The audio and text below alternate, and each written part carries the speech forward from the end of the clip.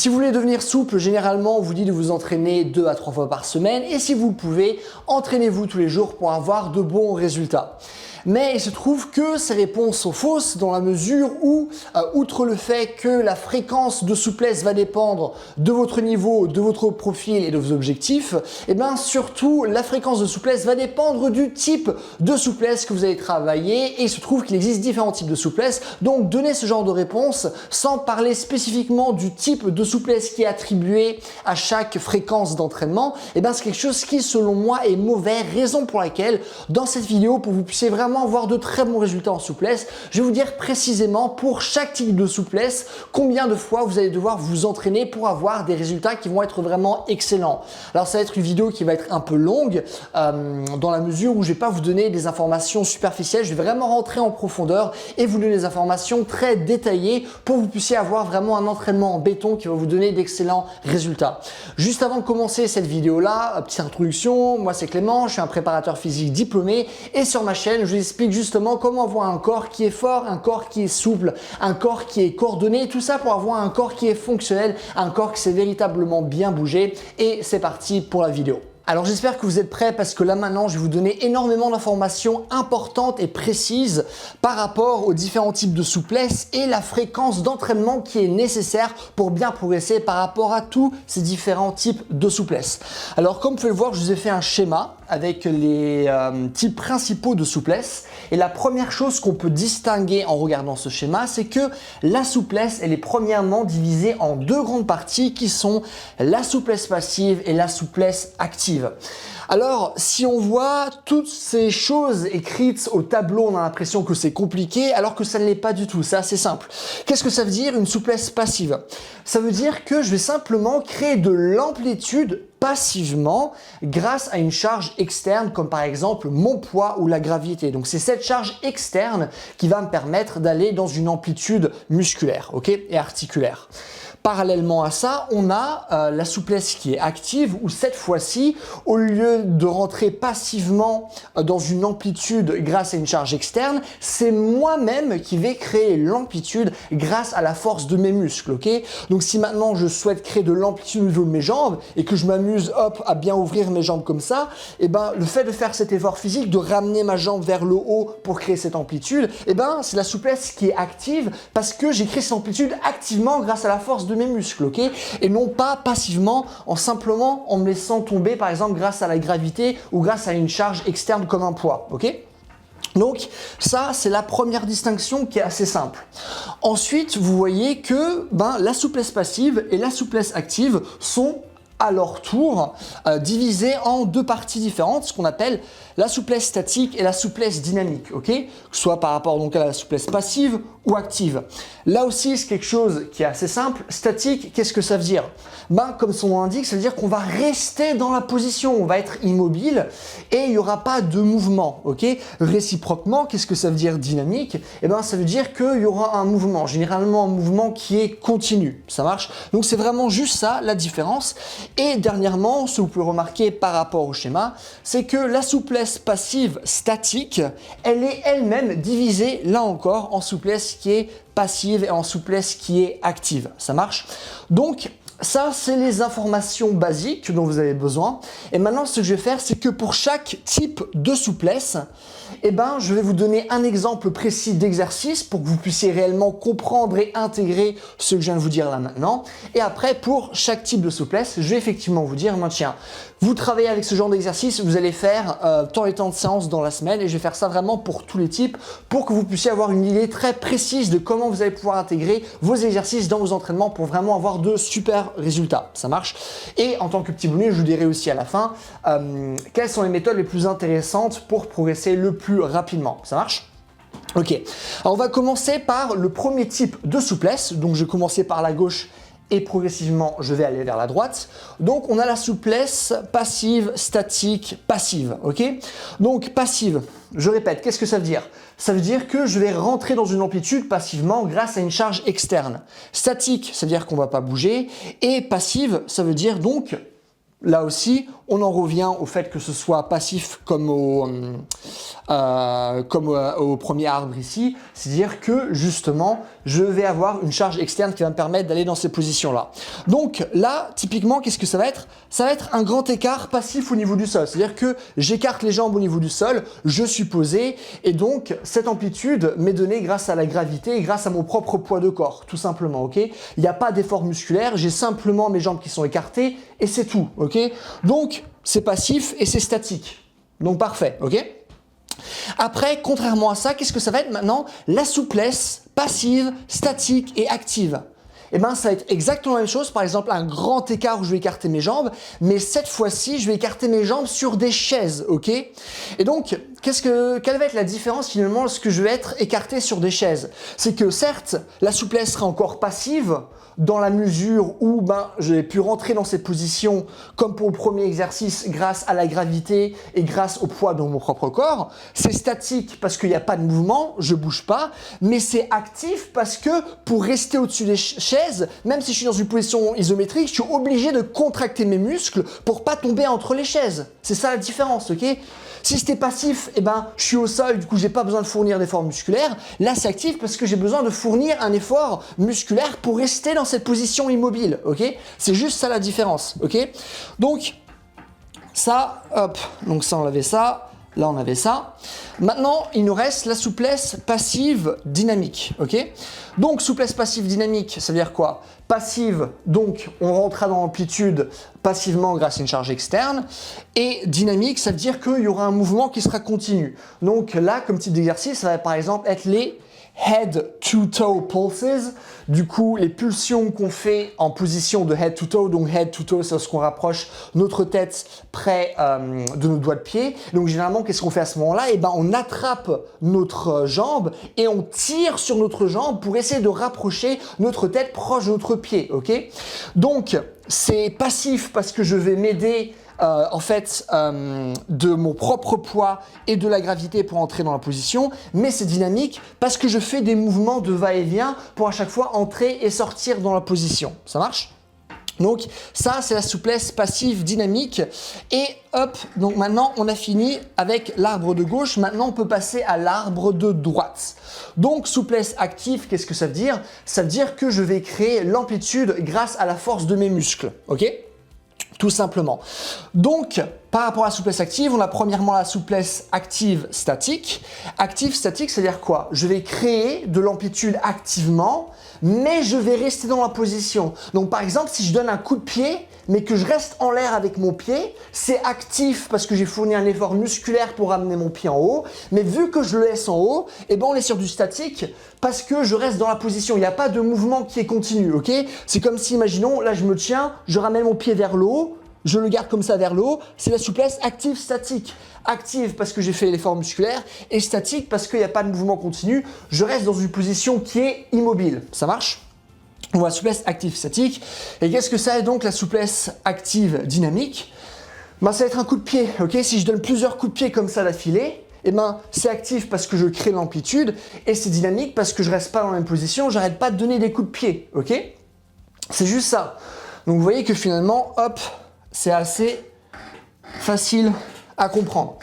Donc maintenant que vous avez compris ce schéma, maintenant que vous avez eu des exemples précis pour chaque type de souplesse, maintenant on va voir combien de fois on va s'entraîner dans la semaine par rapport à chaque type et pourquoi je vous donne ces nombres-là et ces chiffres-là de manière générale et pourquoi finalement pas d'autres données. Ça marche?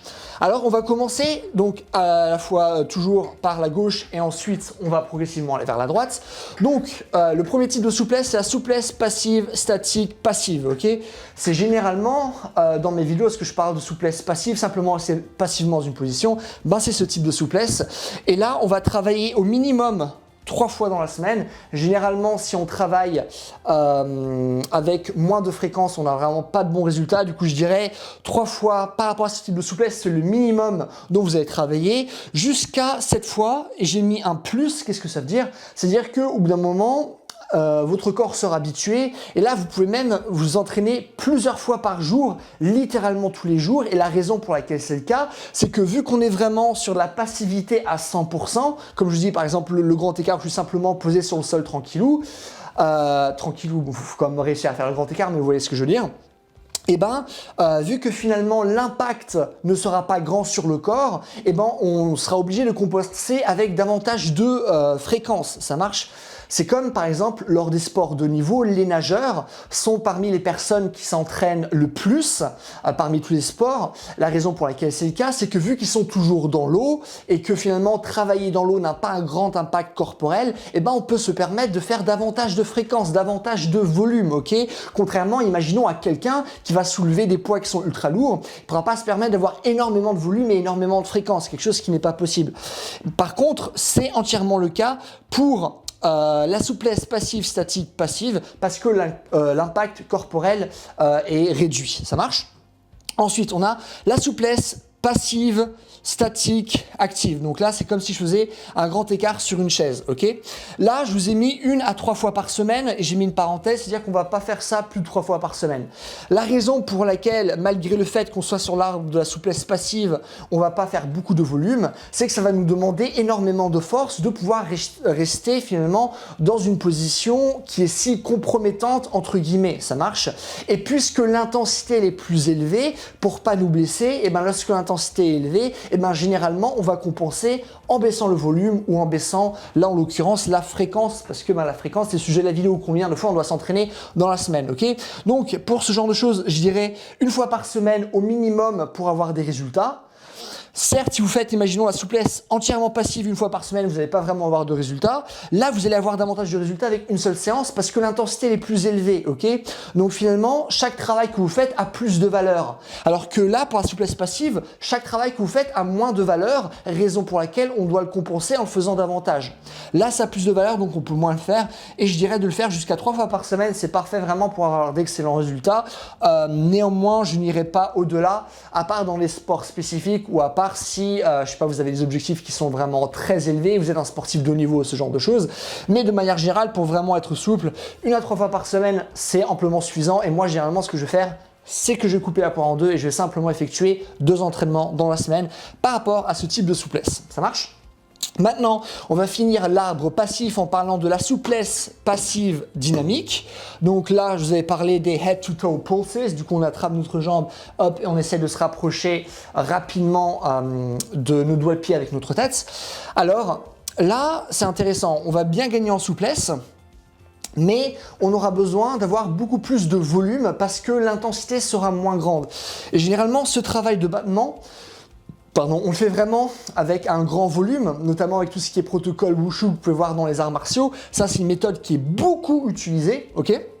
Donc, on va généralement faire beaucoup de volume par rapport à cette méthode, ok? Que ce soit à l'intérieur d'une séance, mais aussi en termes de fréquence.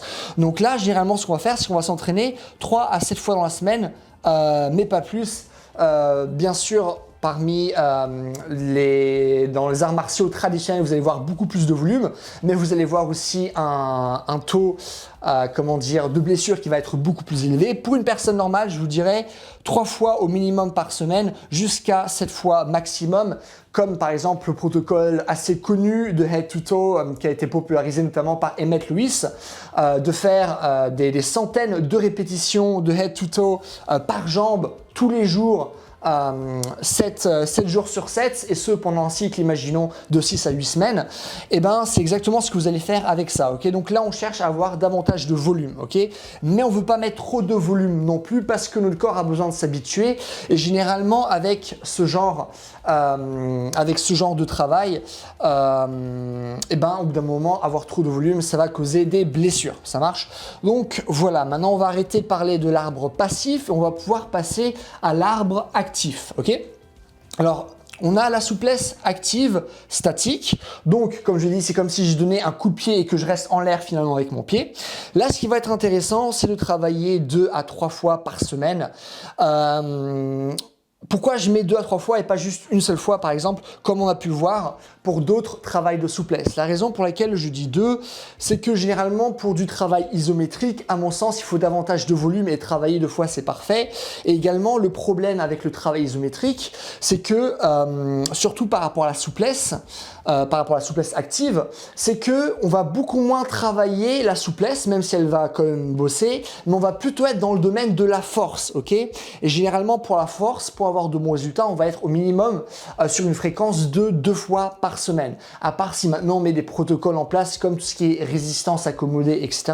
Mais voilà, au minimum, on va être sur 2 fois 3 semaines, moins intéressant pour la souplesse, beaucoup plus intéressant pour la force, et j'irai à 3 fois par semaine maximum. Je vois pas l'intérêt d'aller au-delà, à part dans des situations excessivement spécifiques, des sports spécifiques. Si maintenant vous êtes un sportif de niveau, ça peut être intéressant, mais de manière générale, c'est plutôt quelque chose qu'on va faire lorsqu'on est déjà souple et qu'on veut gagner davantage de contrôle musculaire et de force dans cette position précise-là. Mais donc voilà, 2 à 3 fois par semaine, pas plus, pas trop un truc qu'on va faire pour la souplesse, mais plutôt pour la force. Ça marche ? Après, on a donc la souplesse active dynamique. Donc là, c'est ce que je vais donner des coups de pied à chaque fois. Là aussi, ce qu'on va donner des coups de pied à plusieurs répétitions, c'est pas quelque chose qu'on va faire pour gagner de la souplesse en tant que tel. C'est plus quelque chose qu'on va faire pour apprendre à utiliser l'amplitude qu'on a déjà dans des scénarios précis. Donc si maintenant je donne des coups de pied, ben, par exemple, ça peut être dans le cas de la boxe taille, par exemple. Ok. À ce moment-là, on peut le faire 2 à 7 fois par semaine. Et là, on sera vraiment plus dans une démarche fonctionnelle d'utilisation de nos capacités plutôt que de réel travail de la souplesse en tant que tel, même si bien sûr faire des battements de jambes à une grande amplitude, utiliser de la vitesse, et ben ça va comme nous permettre de gagner de la souplesse, c'est clair, mais moins que d'autres méthodes. Et pour cela, ben, on aura besoin davantage de volume. C'est pour ça que je vous dis 2 fois par semaine au minimum, 7 fois maximum. Et pour une personne normale qui souhaite simplement devenir souple, je vois pas vraiment intérêt d'aller jusqu'à cette séance. Cette séance, je vois plutôt l'intérêt si vous avez par exemple une phase précise par rapport à vos arts martiaux. Si maintenant vous faites de la boxe taille, ben vous allez tout le temps donner des coups de pied, donc vous allez arriver à ce volume-là, mais ce volume sera principalement dicté par votre activité et non pas par, imaginons, la littérature scientifique concernant la souplesse. Ça marche ? Donc voilà, concernant les différents types de souplesse, le nombre de fois où vous allez travailler. Ok.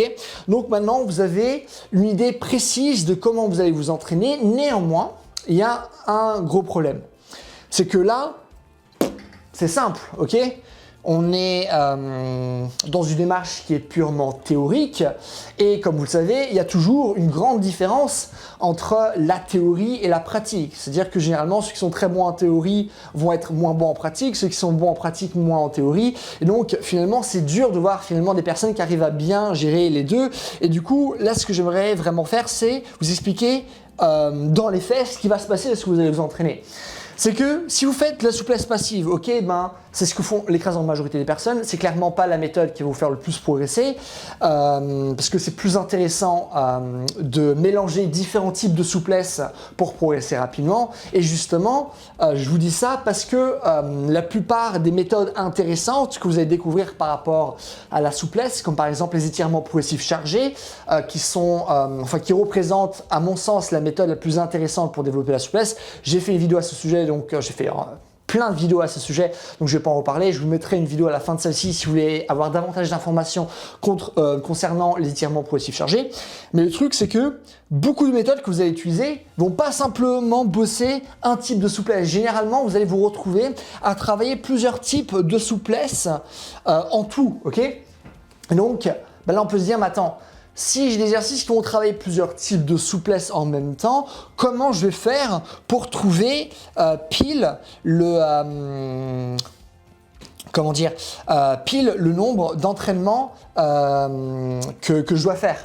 Et en fait, c'est là où ça devient compliqué. C'est vraiment là où l'approche du terrain va davantage nous aider. Et généralement, lorsqu'on a une méthode qui mélange différents types de souplesse, eh ben, faut davantage se diriger à ce que nous dit la personne par rapport à la méthode qui est précise. Donc, par exemple, moi, les étirements progressifs chargés, c'est quelque chose que je vous conseille à faire 2 fois par semaine. Et vous allez avoir de très bons résultats, sachant que toutes les données que je vous donne par rapport à la fréquence, on parle bien par groupe musculaire, ok ? C'est-à-dire que chaque groupe musculaire va être travaillé 3 à 7 fois, 1 à 3 fois, 3 à 7 fois, 2 à 3 fois, 2 à 7 fois, etc. Ok ?